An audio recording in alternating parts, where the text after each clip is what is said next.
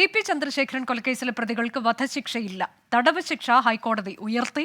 1 മുതൽ 5 വരെയുള്ള പ്രതികളുടെയും 7ാം പ്രതിയുടെയും ജീവപര്യന്തം ശിക്ഷ ഇരട്ട ജീവപര്യന്തമാക്കി. 6ാം പ്രതി ജീവപര്യന്തവും 6 മാസം അധിക തടവും അനുഭവിക്കണം. വിചാരണ കോടതി വെറുതെ വിട്ടെങ്കിലും ഹൈക്കോടതി കുറ്റക്കാരെന്ന് കണ്ടെത്തിയ കെ കൃഷ്ണനും ജ്യോതി ബാബുവിനും ജീവപര്യന്തം ശിക്ഷ വിധിച്ചു. 20 വർഷം കഴിയാതെ പ്രതികൾക്ക് ശിക്ഷാ ഇളവോ പരോളോ അനുവദിക്കരുതെന്ന് ഹൈക്കോടതി കർശനമായി നിർദ്ദേശിച്ചു. ടി.പി. ചന്ദ്രശേഖരന്റെ ഭാര്യ കെ രമയ്ക്ക് 7.5 ലക്ഷം രൂപയും മകൻ അഭിനന്ദന് 5 ലക്ഷം രൂപയും നഷ്ടപരിഹാരം നൽകാനും കോടതി വിധിച്ചു. വിനീത വിജിയും സജോ ദേവസ്യയും വിശദാംശങ്ങളുമായി. ആദ്യം വിനീത വിജിയിലേക്ക്.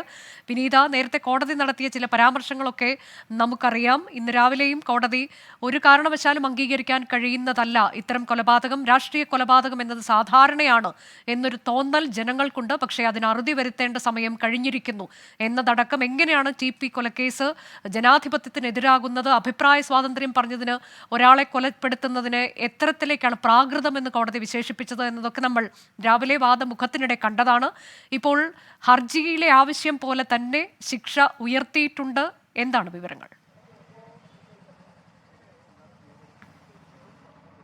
തീർച്ചയായും അങ്ങനെ തന്നെയാണ് അനുജ. വധശിക്ഷ നൽകിയില്ല എങ്കിൽ പോലും കടുത്ത ശിക്ഷ തന്നെയാണ് ഈ കേസിലെ പ്രതികൾക്ക് നൽകിയിരിക്കുന്നത്. 12 പ്രതികളാണുള്ളത്. ഇതിൽ 1 മുതൽ 5 വരെയുള്ള പ്രതികൾക്കും ഒപ്പം തന്നെ 7ാം പ്രതിക്കും അവരുടെ ശിക്ഷാ കാലാവധി 20 വർഷമായി ഉയർത്തിയിട്ടുണ്ട്.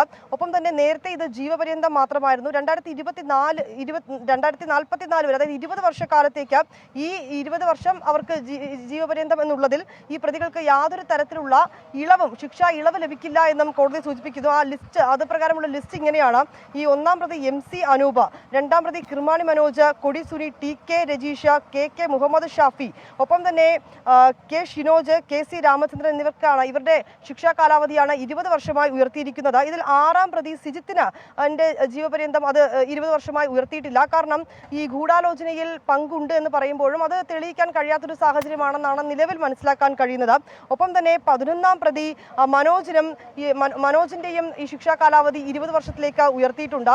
ഈ ശിക്ഷാ കാലാവധി കഴിയും വരെയും പ്രതികൾക്ക് യാതൊരു തരത്തിലും ഇളവ് നൽകരുതെന്നും കോടതി അറിയിച്ചിരിക്കുകയാണ്. കേസിൽ പുതുതായി ചേർത്ത 2 പ്രതികൾ, അതായത് ഈ ഹർജിക്ക് ശേഷം കോടതിയിൽ ചേർത്ത 2 പ്രതികൾ ജ്യോതി ബാബു, കെ കൃഷ്ണൻ, ഇരുവർക്കും ജീവപര്യന്തമാണ് കോടതി വിധിച്ചിരിക്കുന്നത്. ഒപ്പം തന്നെ കെ രമയ്ക്ക് 7.5 ലക്ഷം രൂപ, ടി.പിയുടെ മകന് 5 ലക്ഷം രൂപ എന്നിങ്ങനെ 12.5 ലക്ഷം രൂപ നൽകണമെന്നും കോടതി നിർദ്ദേശം നൽകിയിട്ടുണ്ട്. ഈ ഒപ്പം വളരെയധികം പ്രാകൃതവുമായിട്ടുള്ള ഒരു കൊലപാതകമാണ് നടന്നതെന്നും കോടതി പറഞ്ഞിരിക്കുകയാണ്. 6ാം പ്രതിക്ക് ജീവപര്യന്തവും ഒപ്പം തന്നെ 6 മാസം തടവും കോടതി വിധിച്ചിരിക്കുന്നു. കെ കൃഷ്ണനും ജ്യോതി ബാബുവിനും ജീവപര്യന്തമാണ് കോടതി വിധിച്ചിട്ടുള്ളത്. ഈ തുടക്കം മുതൽ തന്നെ ഒരു വധശിക്ഷ എന്നതിനേക്കാൾ അപ്പുറം കഠിനമായിട്ടുള്ള ശിക്ഷ വേണമെന്നുള്ളത് തന്നെയായിരുന്നു ഈ പ്രോസിക്യൂഷന്റെയും ആവശ്യം. കെ രമയും അങ്ങനെ ഒരു ആവശ്യം തന്നെയാണ് മുന്നോട്ട് വെച്ചത്. അനുജ സൂചിപ്പിച്ചതുപോലെ ഇന്ന് പ്രോസിക്യൂഷനും പ്രതിഭാഗവും തമ്മിൽ അതിശക്തമായിട്ടുള്ള വാദങ്ങൾ ഇരുഭാഗത്തേക്കും നടന്നിട്ടുണ്ടായിരുന്നു. ഈ വാദങ്ങൾക്ക് ഇടയിലും ഈ സൂചിപ്പിച്ചതുപോലെ ഈ രാഷ്ട്രീയ കൊലപാതകങ്ങൾ എന്നൊക്കെ പറയുന്നത് അത് ഒരു സാധാരണ നടപടി എന്ന തരത്തിലൊക്കെ സൂചിപ്പിച്ചിട്ടുണ്ടായിരുന്നു. എങ്കിൽ പോലും അങ്ങനെ ഒരു ധാരണ ഉണ്ട് എങ്കിൽ അത് തടയുന്നതിനുള്ള നടപടി അതിനൊരു അറുതി വരുത്തിയേ മതിയാകൂ എന്ന തരത്തിലൊക്കെയാണ് കോടതി ആ നിരീക്ഷണം മുന്നോട്ട് വെച്ചത്. ഒരുപക്ഷെ ഈ ശിക്ഷ, ഈ ഒരു കഠിന ശിക്ഷയിലേക്ക് എത്തുന്നത് പോലും അങ്ങനെ ഒരു ചിന്ത ഉണ്ട് എങ്കിൽ അത് മാറ്റുക എന്നുള്ളൊരു ഉദ്ദേശത്തേക്ക് കൂടി തന്നെ ആയിരിക്കണം. ഇപ്പോൾ കെ രമ ഉൾപ്പെടെയുള്ളവർ ഇപ്പോഴും കോടതിയിലാണുള്ളത്. ഒരുപക്ഷെ അല്പസമയത്തിനകം കെ രമ മാധ്യമങ്ങളെ കണ്ടേക്കും. തുടക്കം മുതൽ അവരും പറയുന്ന കാര്യം ഇത് തന്നെയാണ്. കെ രമ ഉൾപ്പെടെയുള്ളവർ പറയുന്നത് ഈ പ്രതികൾ അവർ ജയിലിലായിരിക്കുമ്പോഴും അവർക്ക് കൃത്യമായിട്ടുള്ള ആനുകൂല്യങ്ങൾ ലഭിക്കുന്നു. ജയിൽ അവർക്കൊരു വീട്ടിലുള്ളത് പോലുള്ള സൗകര്യങ്ങൾ നൽകുകയാണ്. ഈ പ്രതികൾ ഇങ്ങനെ ജയിലിൽ കഴിയുമ്പോഴും അവർക്ക് മറ്റു കേസുകളിൽ ക്രിമിനൽ പശ്ചാത്തലമുള്ളവരാണ്, അവർ മറ്റു കേസുകളിൽ പ്രതിയാണ് ഉൾപ്പെടെയുള്ള കാര്യങ്ങളൊക്കെ ഇന്ന് കോടതിയിൽ തെളിയിക്കാനും അത് പറയാനും പ്രതിഭാഗത്തിന് പ്രോസിക്യൂഷന് സാധിച്ചിട്ടുണ്ട് എന്നുള്ളത് തന്നെയാണ്. ഇതൊക്കെ കൂടി കണക്കിലെടുത്തുകൊണ്ട് തന്നെയാണ് ഇപ്പോൾ ഈ കഠിന ശിക്ഷ എന്ന തരത്തിലേക്ക് കോടതി കാര്യങ്ങൾ എത്തിച്ചിരിക്കുന്നത്. വിനീതയിലേക്ക് തിരിച്ചെത്താം. ഞാൻ സജോ ദേവസ്യയിലേക്ക് പോകുന്നു. സജോ, ഇതിൽ ഏറ്റവും പ്രധാനം പാർട്ടിക്ക് ഇതുമായി ബന്ധമില്ല എന്നുള്ള പാർട്ടിയുടെ വാദം. അതിൽ KC രാമചന്ദ്രന്റെ പേര് മാത്രമാണ്.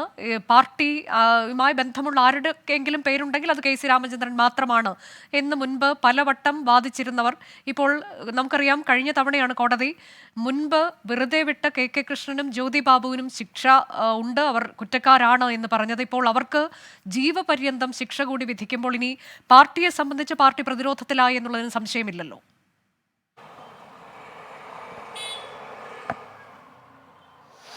അനുജ, നിയമപരമായി, ധാർമ്മികമായി, രാഷ്ട്രീയമായി ഏറെ പ്രാധാന്യവും സന്ദേശവും പകരുന്ന വിധിയാണ് കോടതിയുടേതെന്ന കാര്യത്തിൽ യാതൊരു തർക്കവുമില്ല.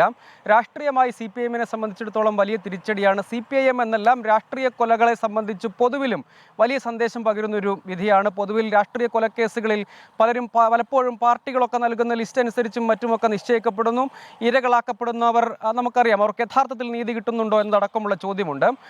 ഇതിൻ്റെ രാഷ്ട്രീയ വശം എടുത്ത് പരിശോധിച്ചാൽ CPIM-നെ സംബന്ധിച്ചിടത്തോളം വലിയ തിരിച്ചടിയാണ്. മുൻപൊരു തിരഞ്ഞെടുപ്പ് കാലത്താണ് വിചാരണ കോടതി വിധി. മറ്റൊരു തിരഞ്ഞെടുപ്പ് കാലത്ത് ഈ വിധി അവർക്കുള്ള പ്രധാന പ്രതികൾക്കുള്ള ശിക്ഷ ഉയർത്തുന്നു എന്ന് മാത്രമല്ല, ഒന്ന് CPIM-ന്റെ മുൻ ഏരിയ കമ്മിറ്റി അംഗം, മറ്റൊന്ന് കുന്നത്തുപറമ്പ് ലോക്കൽ കമ്മിറ്റി അംഗം KK കൃഷ്ണനും ജ്യോതി ബാബുവും, അതായത് 2 പ്രതികൾ കൂടിയും CPIM നേതാക്കളായിരുന്ന 2 പ്രതികൾ കൂടി ശിക്ഷ വിധിക്കപ്പെടുന്നു. നേരത്തെ PK കുഞ്ഞനന്തനും KC രാമചന്ദ്രനുമായിരുന്നു. കുഞ്ഞനന്തൻ ഇടയ്ക്ക് കേസിൽ ശിക്ഷിക്കപ്പെട്ടുവെങ്കിലും അദ്ദേഹം പിന്നീട് മരണപ്പെടുന്ന സാഹചര്യം ഉണ്ടായി. പക്ഷേ പിന്നീട് KC രാമചന്ദ്രൻ മാത്രമാണ്. അതിനപ്പുറത്തേക്ക് കുഞ്ഞനന്തൻ്റെ അടക്കം ഇക്കാര്യത്തിൽ ഇപ്പോഴും കുഞ്ഞനന്തൻ ഇരയാക്കപ്പെട്ടു അല്ലെങ്കിൽ വേട്ടയാടപ്പെട്ടു എന്ന നിലപാടാണ് ഇപ്പോഴും പാർട്ടി സ്വീകരിക്കുന്നത്. KC രാമചന്ദ്രൻ്റെ നടപടിയെടുത്തു, പാർട്ടിക്ക് അറിവില്ലായിരുന്നു എന്ന് വിശദീകരിക്കാനാണ് CPIM ശ്രമിച്ചത്. പക്ഷേ എല്ലായ്പ്പോഴും ആ ഗൂഢാലോചന അന്വേഷണം ഒരു ഘട്ടത്തിൽ വെച്ച് മുറിഞ്ഞുപോയെന്നും അതിന് പല രാഷ്ട്രീയ കാരണങ്ങളുണ്ട്. സമ്മർദ്ദത്തിന് അന്വേഷണ ഏജൻസി അല്ലെങ്കിൽ ആഭ്യന്തര വകുപ്പ് വഴിപ്പെട്ടു എന്നതടക്കമുള്ള വിമർശനങ്ങളുണ്ട്. പക്ഷേ അതിൽ ഗൂഢാലോചന അന്വേഷണ സാധ്യത ഇനിയും അവശേഷിക്കുന്നുണ്ട്, ഒരു പതിറ്റാണ്ടിന് ശേഷവും എന്ന വാദവും നിലനിൽക്കുന്നുണ്ട്. മറ്റൊന്ന്, ഈ കേസിൽ മറ്റു വളരെ പ്രധാനപ്പെട്ട ഒരു കാര്യം, ഈ കേസിലെ പ്രധാനപ്പെട്ട, അതായത് കൃത്യത്തിൽ നേരിട്ട് പങ്കെടുത്ത പ്രധാനപ്പെട്ട പ്രതികളെല്ലാവരും, നേരിട്ട് പങ്കെടുത്തവർ മാത്രമല്ല ഈ ഗൂഢാലോചന കേസിലടക്കം ഉള്ള പ്രധാനപ്പെട്ട പ്രതികൾക്കെല്ലാം വാരിക്കോരി പരോൾ ലഭ്യമായി. ഇടതു ഭരണകാലത്ത് അത് വലിയ തോതിൽ രാഷ്ട്രീയമായി ചർച്ച ചെയ്യപ്പെട്ടതാണ്. പ്രതി തന്നെ പരോളിലിറങ്ങി വിവാഹം കഴിക്കുന്നു. ആ വിവാഹത്തിൽ CPIM-ന്റെ MLA, അതായത് ഇപ്പോഴത്തെ നിയമസഭാ സ്പീക്കർ പങ്കെടുത്തതടക്കം രാഷ്ട്രീയ ചർച്ചയ്ക്ക് വഴി വെച്ചിട്ടുണ്ട്. ഒപ്പം പ്രതികൾ ജയിലിൽ കിടന്നുകൊണ്ട് തന്നെ പല കുറ്റകൃത്യങ്ങളിലും പങ്കാളികളായി, അവർക്കെല്ലാ സംരക്ഷണവും ലഭിച്ചുവെന്ന ആരോപണമുണ്ട്. സ്വർണ്ണക്കടത്ത്, മയക്കുമരുന്ന് കടത്ത് കേസുകളിലടക്കം ഈ പ്രതികൾക്ക് പങ്കാളിത്തമുണ്ട്. അങ്ങനെ ജയിൽ ഭരിക്കുന്നവരായി, ജയിലിലെ പാർട്ടി ഫ്രാക്ഷൻ ഭരിക്കുന്നവരായി കൊടിസുനിയും കിർമാണി മനോജും അതോടൊപ്പം ഈ അനൂപും രജീഷും ഷാഫിയും ഒക്കെ മാറി. ഷാഫിയുടെ കാര്യത്തിലാണെങ്കിൽ ഷാഫി പലതവണ പരോളിൽ ഇറങ്ങി പാർട്ടി കോൺഗ്രസ് നടക്കുമ്പോൾ ആ വേദിയുടെ പരിസരത്ത് പോലും വന്നു. പലപ്പോഴും അവർ ധാരാളം പരോൾ സാധ്യത പ്രയോജനപ്പെടുത്തി പുറത്തിറങ്ങി ജയിലിലേക്ക് മടങ്ങുമ്പോൾ വീരോചിതമായ യാത്രയിപ്പടക്കം നടത്തുന്ന പല സന്ദർഭങ്ങളുമുണ്ട്. ഇത് യഥാർത്ഥത്തിൽ നമ്മുടെ നിയമ സംവിധാനത്തിന്, അതല്ലെങ്കിൽ ധാർമ്മികമായി ഇതൊക്കെ ചർച്ച ചെയ്യുമ്പോൾ അത് എത്രത്തോളം പരിഹാസ്യമായിരുന്നു ആ നടപടികളെല്ലാം എന്നൊരു പ്രധാനപ്പെട്ട ചോദ്യമുണ്ട്. അത്തരം കാര്യത്തിൽ കോടതി കൃത്യമായ ഒരു മുന്നറിയിപ്പ്, ഒരു സന്ദേശം പൊതുവിൽ ഭരണ സംവിധാനത്തിന്, രാഷ്ട്രീയ പാർട്ടികൾക്കാകെ നൽകുകയാണ്. ഇത്രയും പ്രാകൃതമായ, നിഷ്ഠൂരമായ ഒരു കൊലപാതകമാണ്. വള്ളിക്കാട്ട് വെച്ച് അദ്ദേഹത്തിൻ്റെ ബൈക്ക് ഇടിച്ചു വീഴ്ത്തി ഭീകരാന്തരീക്ഷം സൃഷ്ടിച്ച് ക്രൂരമായി വെട്ടിക്കൊലപ്പെടുത്തുകയാണ്.